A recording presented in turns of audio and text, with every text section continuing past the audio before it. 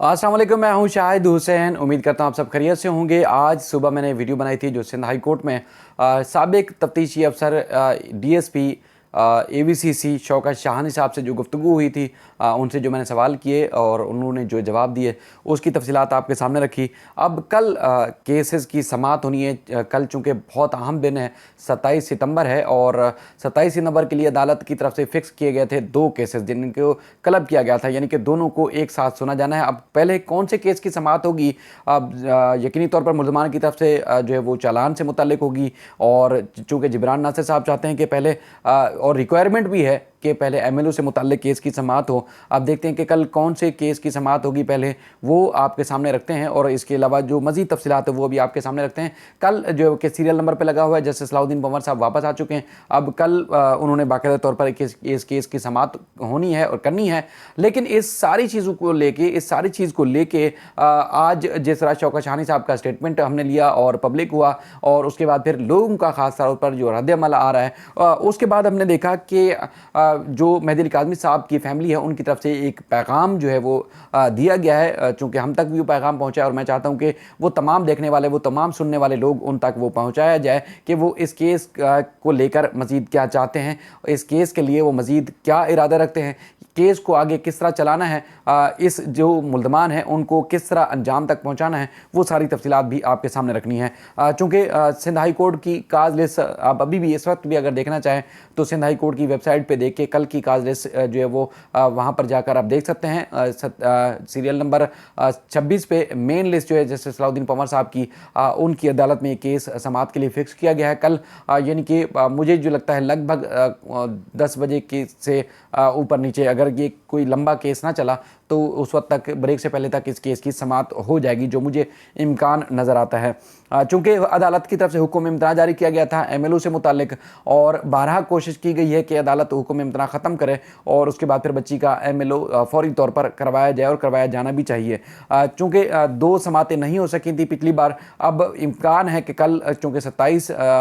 सितंबर है और कल समाअत के लिए फ़िक्स किया गया है, और उसके साथ साथ जो चालान है, चालान को भी चैलेंज किया गया है। अब चालान से मुतालिक पूरा आपको पहले हम ब्रीफली बता चुके हैं कि अगर जिस मामले को, जिस बारीकी को चैलेंज किया गया है, उसको अगर अदालत कबूल भी कर लेती है, उस दरख्वास्त को कबूल भी कर लेती है, तो फिर चालान की, इस केस की हैसियत असल क्या रहेगी, उसकी तफसीलात हम आपके सामने रख चुके हैं। मज़ीद भी कल भी जो प्रोग्रेस होगी, इस पर पेशरफ्त होगी, वो आपके सामने हम फैक्ट्स ज़रूर रखेंगे। लेकिन शौकत शाहानी के स्टेटमेंट के बाद, शौकत शाहानी साहब के जो सवालात हैं, उन सवालात के बाद मज़ीद जो चीज़ें सामने आ रही हैं, मज़ीद जो लोगों के अंदर जो सवालात जन्म ले रहे हैं, उनके अंदर सवालात पैदा हो रहे हैं और मज़ीद लोगों से वो सवाल पूछ रहे हैं। तो उसके बाद मैंने देखा कि मेहदी अली काज़मी साहब की फैमिली की तरफ से एक वाज़े पैगाम सामने आया है, वो आपके सामने रखने लगा हूँ। उसके बाद फिर मज़ीद कुछ तफसीलात भी हैं। उसमें सलाम किया गया मेहदी अली काज़मी साहब के ख़ानदान की तरफ से, और एक हैशटैग भी उन्होंने जारी किया है, और ख़ास तौर पर उन्होंने पैगाम में कहा है कि ना तो जो है कोई केस से पीछे हटा है और ना ही कोई केस से पीछे हटेगा। हम अपनी जान की परवाह नहीं कर रहे और ना ही जो है वो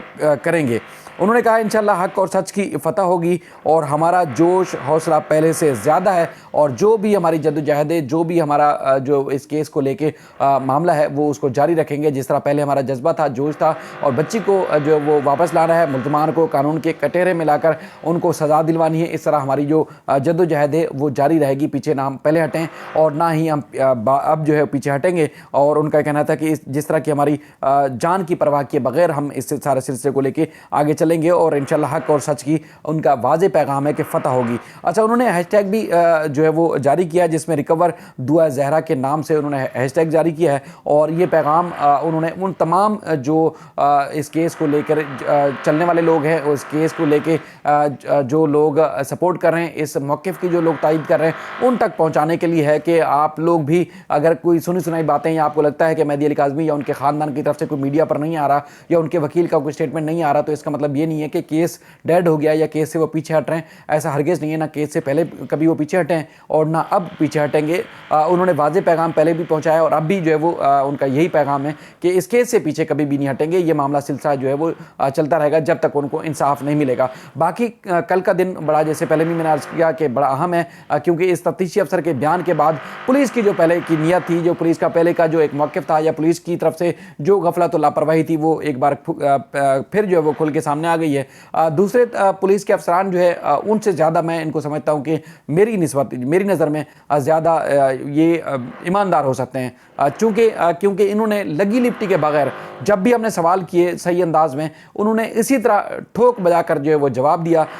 भले वो किसी के हक़ में जा रहा था उनका जो है वो स्टेटमेंट, या किसी के खिलाफ जा रहा था, लेकिन उन्होंने बात बड़े वाज़ेह तरीके से की। आज भी जब मैंने उनसे इजाज़त लेके सवाल किया, क्योंकि सवाल ये बनता भी था कि पहले 35 मुलजमान थे और एकदम जो है वो मुलजमान की तादाद कम हुई, तो ये क्या वजह थी? तो उन्होंने कहा जी ये बारिश में भीग गया है। और उस वक्त चूँकि AVCC के दफ्तर में था, अब AVCC के पास ये केस नहीं है, अब दूसरे पुलिस का जो एक झेली इदारा है, महकमा है, उसके पास आ गया है। तो AVCC के महकमे में जब बारिश हुई थी तो बारिश में ये रिकॉर्ड जो है वो छुप गया था, रिकॉर्ड जो है वो भीग गया था, दब गया था या ज़ाया हो गया है। तो ये उन्होंने भरपूर तरीके से इंकशाफ किया है। लेकिन AVCC से मुतल्लिक जो है वो इससे पहले भी आपने देखा कि उनके ना सिर्फ बयानात बल्कि मुल्ज़िम ज़हीर के जो वहाँ रवैया था, वहाँ बैठकर मेहदी अली काज़मी साहब को टेक्स्ट मैसेजेस करना, व्हाट्सएप के ज़रिए पैगाम पहुँचाना और वहाँ धड़ल्ले से बैठना, वो भी एक वाज़ेह सबूत है कि AVCC के दफ्तर में क्या कुछ होता रहा है। अब लोग इंसाफ चाहते हैं, कानून के मुताबिक इंसाफ चाहते हैं और चाहते हैं कि जो मुल्ज़मान हैं उनके खिलाफ़ अगर शवाहिद और सबूत हैं तो उनको कानून के मुताबिक ही सज़ा दी जानी चाहिए।